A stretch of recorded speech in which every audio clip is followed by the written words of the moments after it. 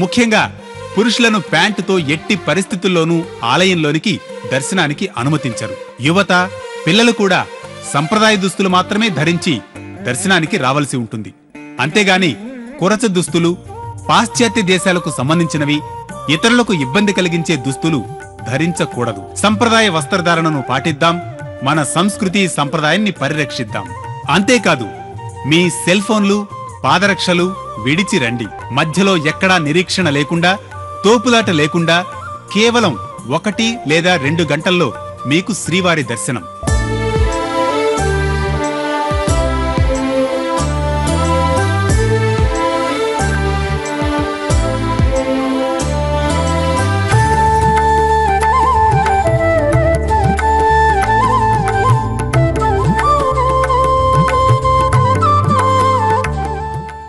తిరుమల తిరుపతి దేవస్థానం కల్పిస్తున్న సౌకర్యాలను గురించి ముందుగానే SVBC ద్వారా తెలుసుకోండి. మీ తిరుమల యాత్రను ఫలప్రదం చేసుకోండి. నమో వెంకటేశాయ.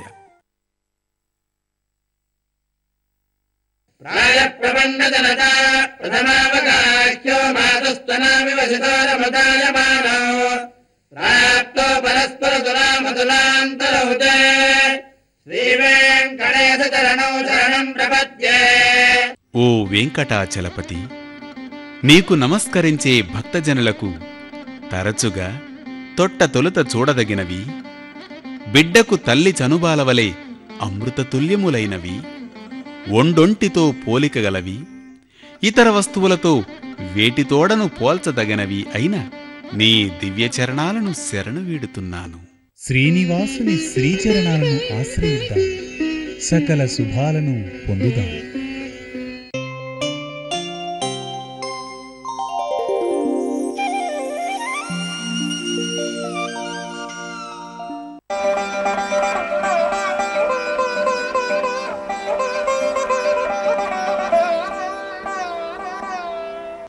శ్రీ విష్ణుచిత్త కులనందన కల్పవల్లీం శ్రీరంగరాజ హరిచందన యోగదృశ్యాం సాక్షాత్ క్షమాం కరుణయా కమలామివాన్యాం గోదాం అనన్యశరణః శరణం ప్రపద్యే. ஸ்ரீ வேதாந்த தேசிகன் தம்முடைய கோதாஸ்துதிங்கிற ஸ்தோத்திர கிரந்தத்தை ஆண்டாளை போற்றி வழிபடும் ஸ்லோகம் இது. விஷ்ணு சித்தர் பெரியாழ்வார் அவருடைய குலத்துக்கே பெருமையையும் மகிழ்ச்சியையும் சேர்ப்பதற்காக பிறந்தவள் கோதை நாச்சியார் ஆண்டாள். ஸ்ரீ ரங்கராஜ ஹரிச்சந்தன யோகதிருஷ்யாம், ஸ்ரீ ரங்கராஜ பெருமானை ஒரு சந்தன மரமாய் கற்பக மரமாய் கொண்டால் அவனிடத்தே சுற்றி படர்ந்திருக்கும் கற்பக கொடி போன்றவள் கோதை ஆண்டாள். ஸ்ரீ ரங்கராஜ ஹரிச்சந்தன யோகதிருஷ்யாம் சாக்ஷாத் க்ஷமாம், க்ஷமா பொறுமை, மன்னித்தல், குற்றங்களை ஏற்று மறத்தல். அது பூமாதேவிக்கே உண்டான பண்பு. நாம் எத்தனையோ குற்றங்கள் புரிந்தாலும், இந்த பூமியினிடத்திலேயே செய்து கொண்டிருந்தாலும் அதை பொறுத்து கொள்ளுகிறாள். அந்த பூமியே ஆண்டாளாக பிறந்திருக்கிறபடியால் பொறுமையும் ஆண்டாளுக்குரிய பெரும் பண்பு. அதனாலே பொறுமையோடு ஒப்பிட்டால் பூமியே வந்து பிறந்தாள் என்று சொல்கிற அளவுக்கு உள்ளது. கருணையா கமலாமிவான்யாம். அடுத்து கருணை நோக்கினால் மகாலட்சுமின்னு இருக்கக்கூடிய பண்பு கருணை. மகாலட்சுமிக்கு மற்றொரு மகாலட்சுமியோ என்கிற அளவுக்கு ஆண்டாள் கருணையோடு பிறந்தாள். பொறுமை, கருணை ஆகிய இரண்டும் பூமி தேவிக்கும் ஸ்ரீதேவிக்கும் உண்டான குணங்கள். அந்த ரெண்டும் ஒரு சேர ஆண்டாளிடத்தில் குடிகொண்டிருந்தன. சாக்ஷாத் க்ஷமாம் கருணையா கமலாமிவான்யாம் கோதாம் என்று சொல்லப்படுகிற கோதையை, ஆண்டாளை, அனன்ய சரணகா, வேறு புகழற்றவனான அடியேன், அவள் திருவடிகளை பற்றுவதைத் தவிர நமக்கு கண்ணனை அடைவதற்கு வேறு ஏது புகழ்? முதல்ல பிராட்டியை புருஷகாரமாக பற்றி அவள் நம் விஷயமா பெருமானிடத்தில் 2 வார்த்தைகள் பேசி எம்பெருமானின் கோபத்தை மாற்றினாலே ஒழிய நாம் அவனை அடைவதற்கு வாய்ப்பில்லை. அதனால்தான் உன் திருவடிகளே தஞ்சம், அனன்ய சரணா, வேறு புகழற்ற அடியேன் சரணம் பிரபத்தியே, ஆண்டாளே தேவரீர் திருவடிகளையே பற்றுகிறேன் என்ன வேதாந்த தேசிகன் ரொம்ப ஆச்சரியமாக சாதிக்கிறார். இப்படி தேசிகனாலே பாடப்பட்ட ஆண்டாள் சங்கத்தமிழ் மாலை 30 திருப்பாவை அனுகிரகித்தாள். ஏன் அனுகிரகித்தாள்னு முன்னுரையிலேயே பார்த்தோம். கோகுலத்தில் உண்டான 5 லட்சம் கோடி பெண்களும் கிருஷ்ணானுபவத்தை பெற ஹேமந்த ருதுவின் முதல் மாசமான மார்கழி மாசத்தே நோன்பு நோற்றார்கள். அவர்கள் அன்று நோற்றதை ஆண்டாள் ஸ்ரீவில்லிபுத்தூரில் இருந்து கொண்டே கலியுகத்தில் இன்று நடக்கிறார் போலே அனுகாரம் செய்தாள். அந்த அனுகாரமே முதிர்ந்தது. திருவுள்ளம் முழுக்க கிருஷ்ண பக்தி அனுபவம் நிறைந்தது. அந்த நிறைந்த அனுபவம் ஆண்டாளுடைய வாய் வழியே புறப்பட்டு வர அதுவே சங்கத்தமிழ் மாலை 30 திருப்பாவையின் பெயரிடப்பட்டது. முதல் பாசுரத்தால் அனைவரையும் நீராடுவதற்கு அழைத்தாள். இந்த மாதம் வாய்த்ததேனு கொண்டாடினாள். இரண்டாவது பாசுரத்தால் வந்த பாகவதோத்தமிகளுக்கு இன்னென்னது நோன்பு காலத்தில் செய்யலாம், இன்னென்னது நோன்பு காலத்தில் செய்வது கூடாது என்று கிருத்திய அகிருத்திய விவேகம் பண்ணி காட்டினாள். மூணாவது பாசுரத்தில் இதை அனுமதித்தார்களே நாட்டார், இத்தனை நாளும் கோபகுமாரர்கள்லாம் போகக்கூடாதுன்னு தடுத்து வச்சிருந்தா. இப்போ சரி போகலாம், கண்ணனையே தலைவனாக கொண்டு நோன்பு நோத்துக்குங்கோன்னு அனுமதிச்சாலோ இல்லையோ, அவர்களுக்கு ஒரு செல்வச் செழிப்பு ஏற்படட்டும், எங்கும் எல்லாம் நன்றாக இருக்கட்டும் அப்படிங்கிறதுக்காக நாட்டாருக்கு நீங்காத செல்வம் நிறையும் என்னும் 3ஆம் பாசுரத்தில் மங்களாசாசனம் செய்தாள். மாதம் மும்மாறி பொழிய வேண்டும், எங்கும் சென்னல் வளர்ந்திருக்க வேண்டும், ஊடே ஊடே கயல்கள் உகழ வேண்டும், நாம கிட்டக்க போக அஞ்சக்கூடிய உயரமான பசுக்கள், வள்ளல் பெரும் பசுக்கள், பசுக்கள் நாடு முழுக்க நிறையணும், அந்த பசுவனுடைய பாலே அனைவர் வீட்டிலையும் நிறைஞ்சிருக்கணும் என்று லோகமே வாழணுங்கிறதுக்காக பாடின பாசுரம் ஓங்கி உலகளந்தான்னு நேற்றைய பாசுரம். அடுத்து இன்னைக்கு 4வது பாசுரம் திருப்பாவையின் நாள்பாட்டு. ஆழிமழை கண்ணா ஒன்னு நீ கைகரவேல், ஆழியுள் பூக்கு முகர்ந்து கூட ஆர்த்தேரி, ஊழி முதல்வன் உருவம் போல் மெய்கருத்து, பாழியந்தோளுடை பற்பனாபன் கையில் ஆழிபோல் மின்னி வலம்புரி போல் நின்னதிர்ந்து, தாழாதே சாருங்க முதைத்த சரமழை போல் வாழ உலகினில் பெய்திடாய், நாங்களும் மார்கழி நீடாட மகிழ்ந்து ஏலோர் எம்பாவாய் என்பது 4வது பாசுரம்.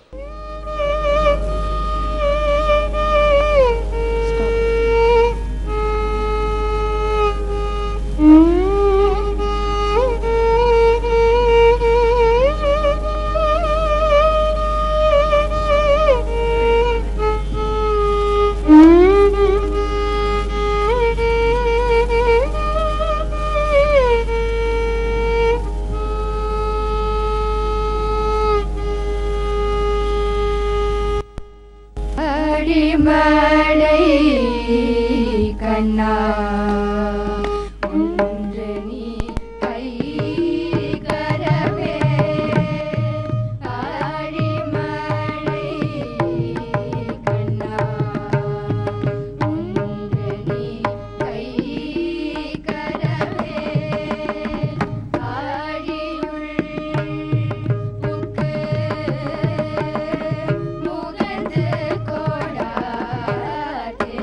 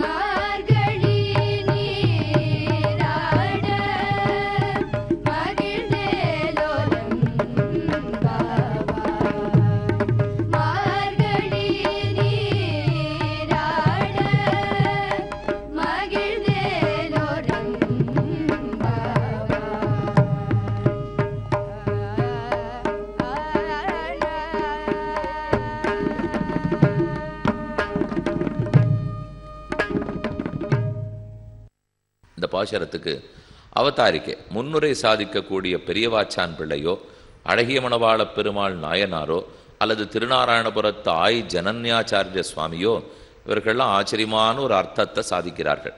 ஆண்டாள் இப்போது யாரை கூப்பிடுகிறாள்? இந்த பாசுரத்துக்கே ஒரு பெருமை உண்டு.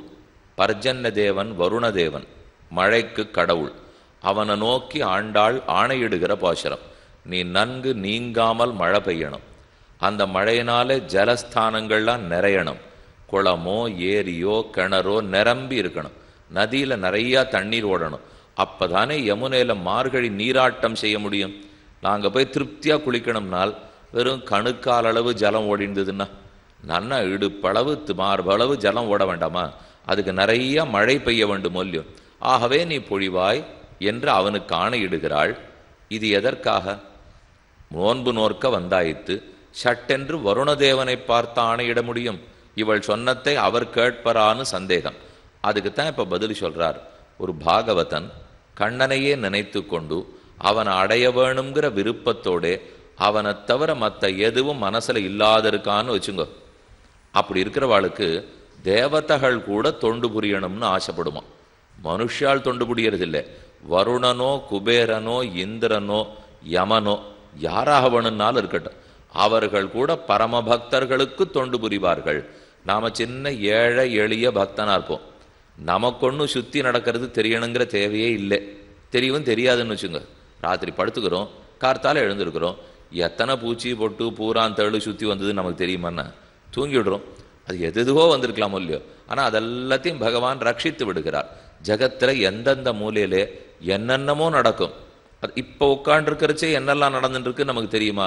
ஆனால் நம்ம உள்ளத்தில் மட்டும் உலகம் முழுக்க நம்ம தான் அப்படி அடக்கி ஆண்டுன்னு இருக்கோம். இந்த எண்ணம் ஒத்தொத்தருக்கு இருக்கும். இப்போ இந்த தேசத்தினுடைய பிரதான மந்திரியே இருக்கட்டுமே, அவருடைய கட்டில் தானே அவர் படுத்துட்டு இருக்க முடியும். அவருக்கு போட்டிருக்கிற நாற்காலிக்குள்ளே தானே அவர் உட்கார முடியும். 10 பேர் சேர்ந்து வந்து சொன்னால் இங்கெங்கே என்னென்னது நடக்கிறதுன்னு அவருக்கு தெரியுமே தவிர, அவர் அமர்ந்த இடத்துலேருந்தே நம்ம தேசம் முழுக்க என்ன நடக்கிறதுன்னு அவருக்கு தெரியுமா? அதுக்கு வாய்ப்பு கிடையாது. அறிவியல் முன்னேற்றம் இருக்கலாம், திரையில் தெரியலாம், தொலைபேசியில் சொல்லலாம், மின்னஞ்சல்ல வரலாம், இப்படி வேணா தெரிஞ்சுக்கலாமே தவிர ஒருத்தர் சொல்லாமல் விட்டுட்டா, வேணும்னே சொல்லாமல் விட்டுட்டா, அப்போ என்ன எது நடக்கிறதுன்னு யாருக்கும் தெரியாது இல்லையோ. ஆனால் பகவானுக்கு அப்படியா?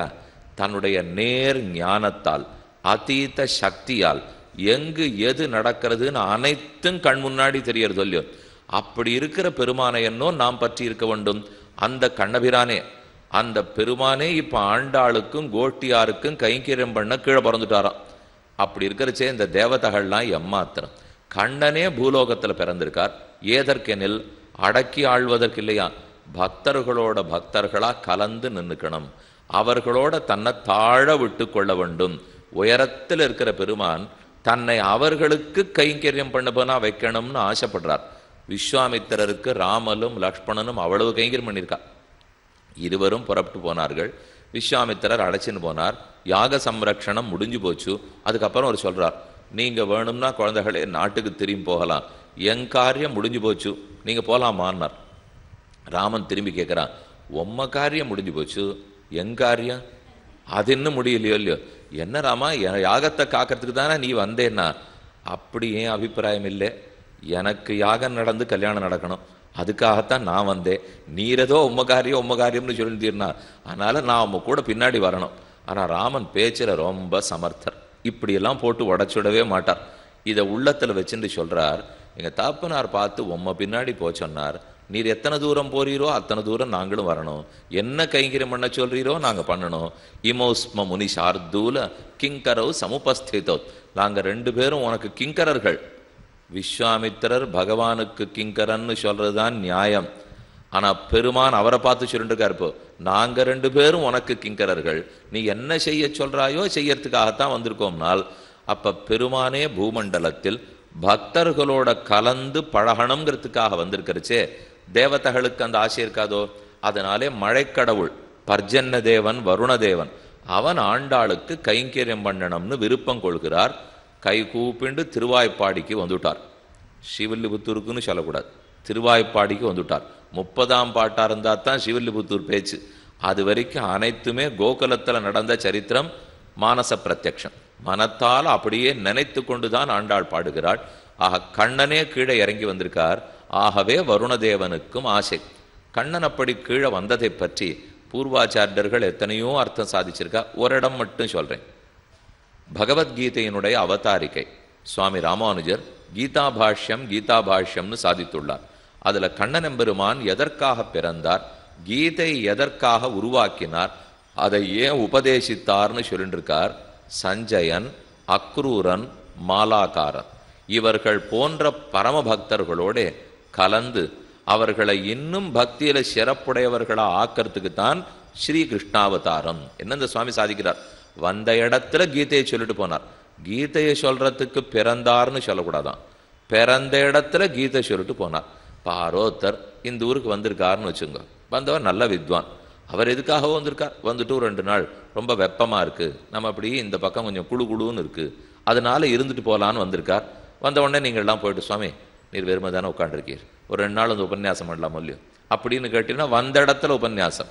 ஆனா இப்போ உபன்யாசுக்காக வந்திருக்கிறது, வந்த இடத்துல உபன்யாசம் வேற, உபன்யாசத்துக்காக இடத்துக்கே போறது வேற. இப்ப கண்ணன் கீதை சொல்றதுக்காக அவதரித்தாரோ, அவதரித்த இடத்துல கீதை சொல்லிட்டு போனார்.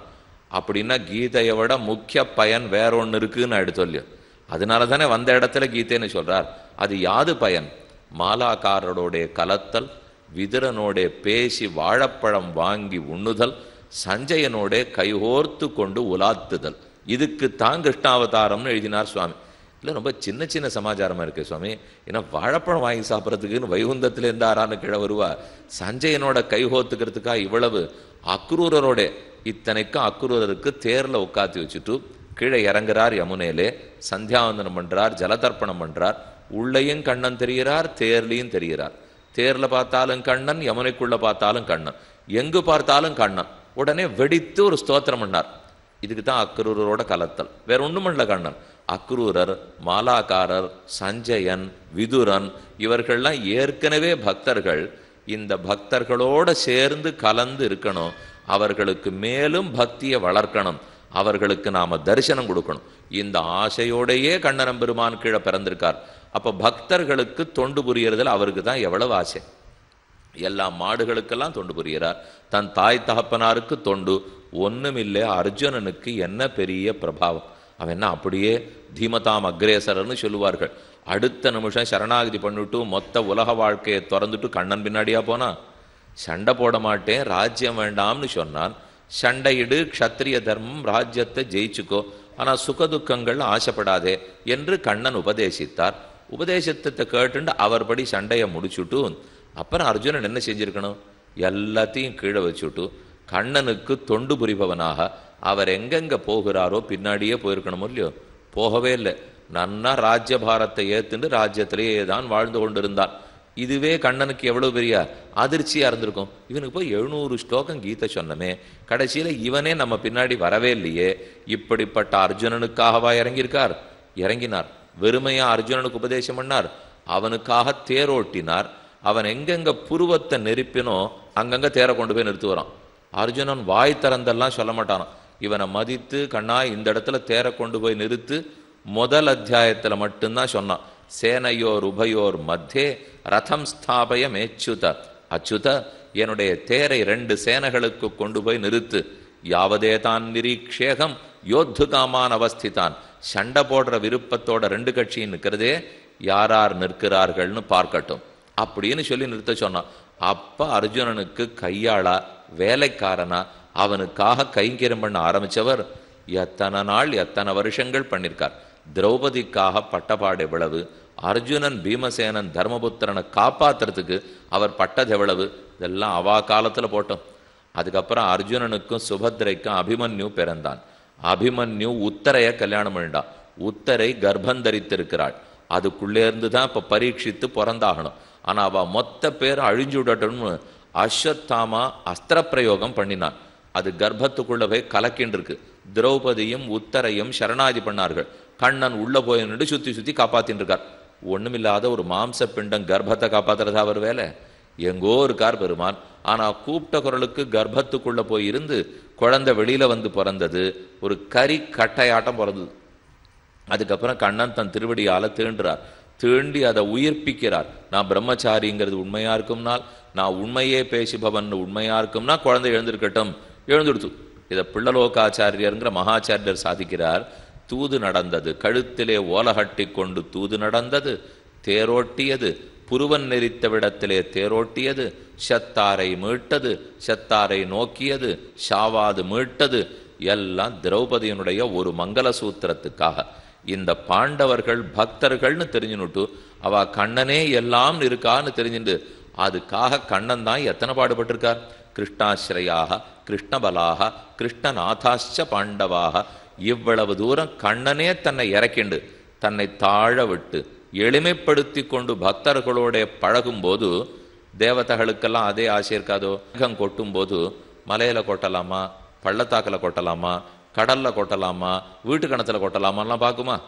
அதே போல நீயும் ஓன்னு பொழிய வேண்டும் என்றெல்லாம் மழைக்கடவுளுக்கு ஆணையிடுகிறாள்.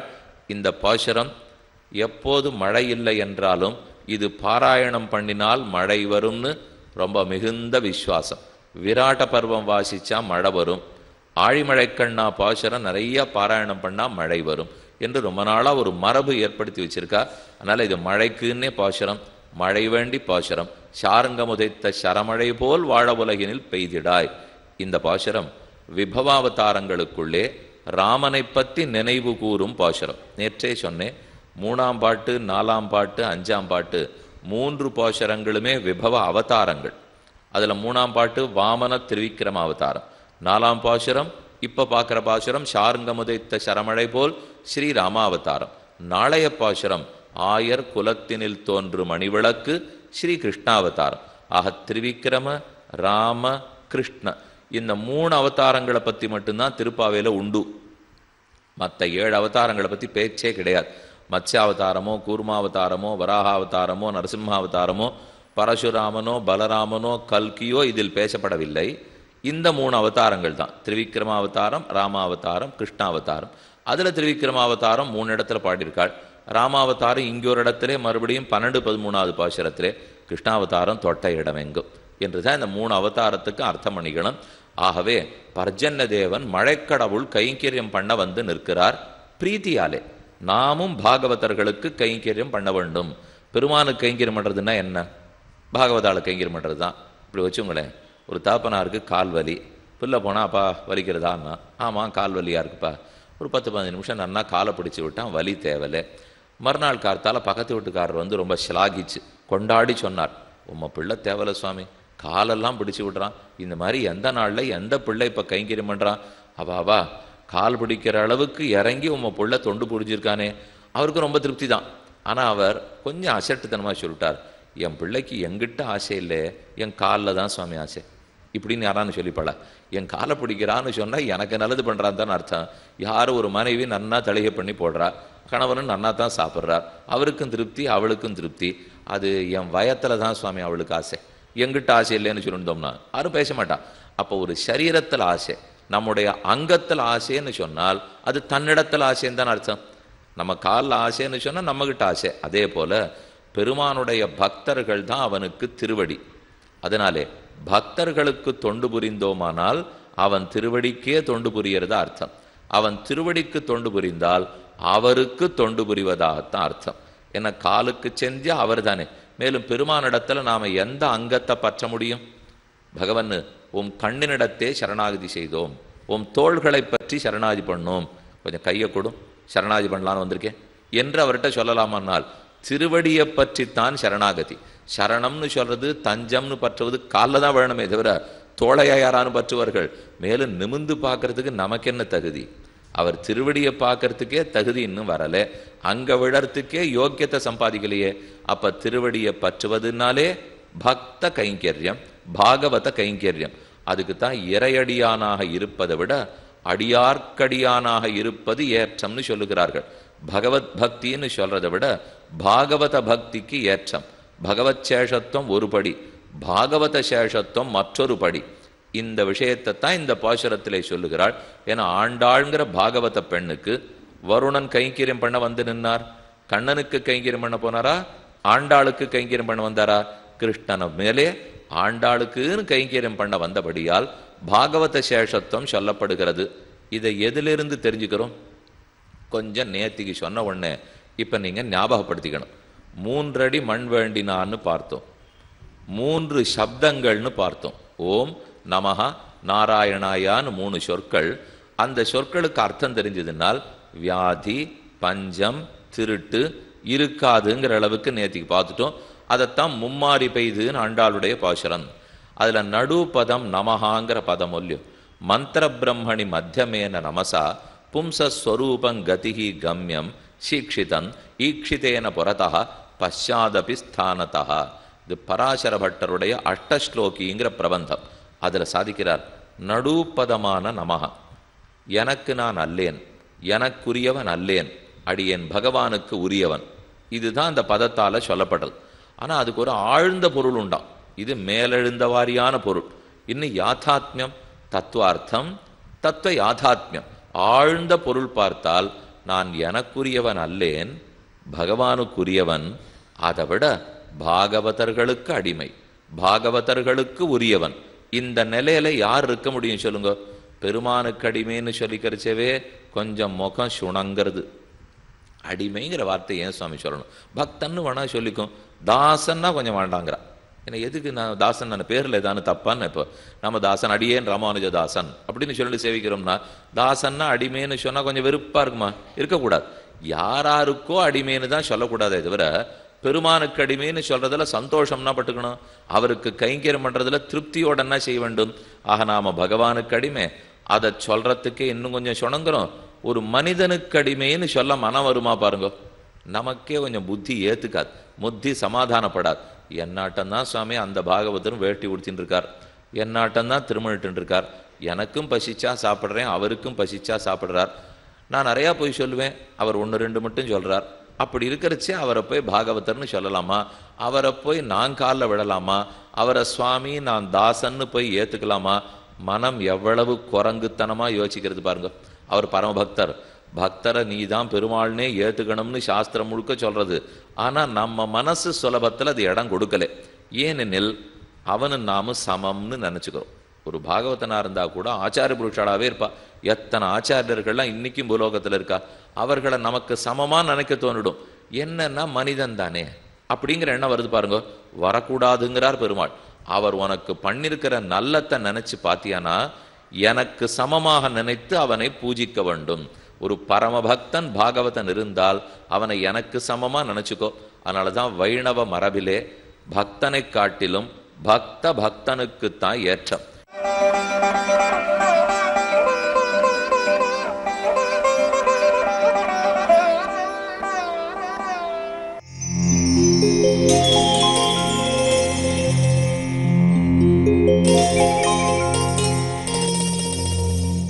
బ్రహ్మశ్రీ మల్లాది చంద్రశేఖర శాస్త్రి గారి ధర్మ సూక్ష్మాలు. విదురుడు చెప్పిన మంచి మాటలు వినడం వలన సత్సంగత్యం వలన ధృతరాష్ట్రుడు బ్రహ్మలోకం పొందాడు అని చెప్పారండి. అంటే సత్సంగత్యము అంటే రామాయణ మహాభారత భాగవత పురాణాలు వింటూ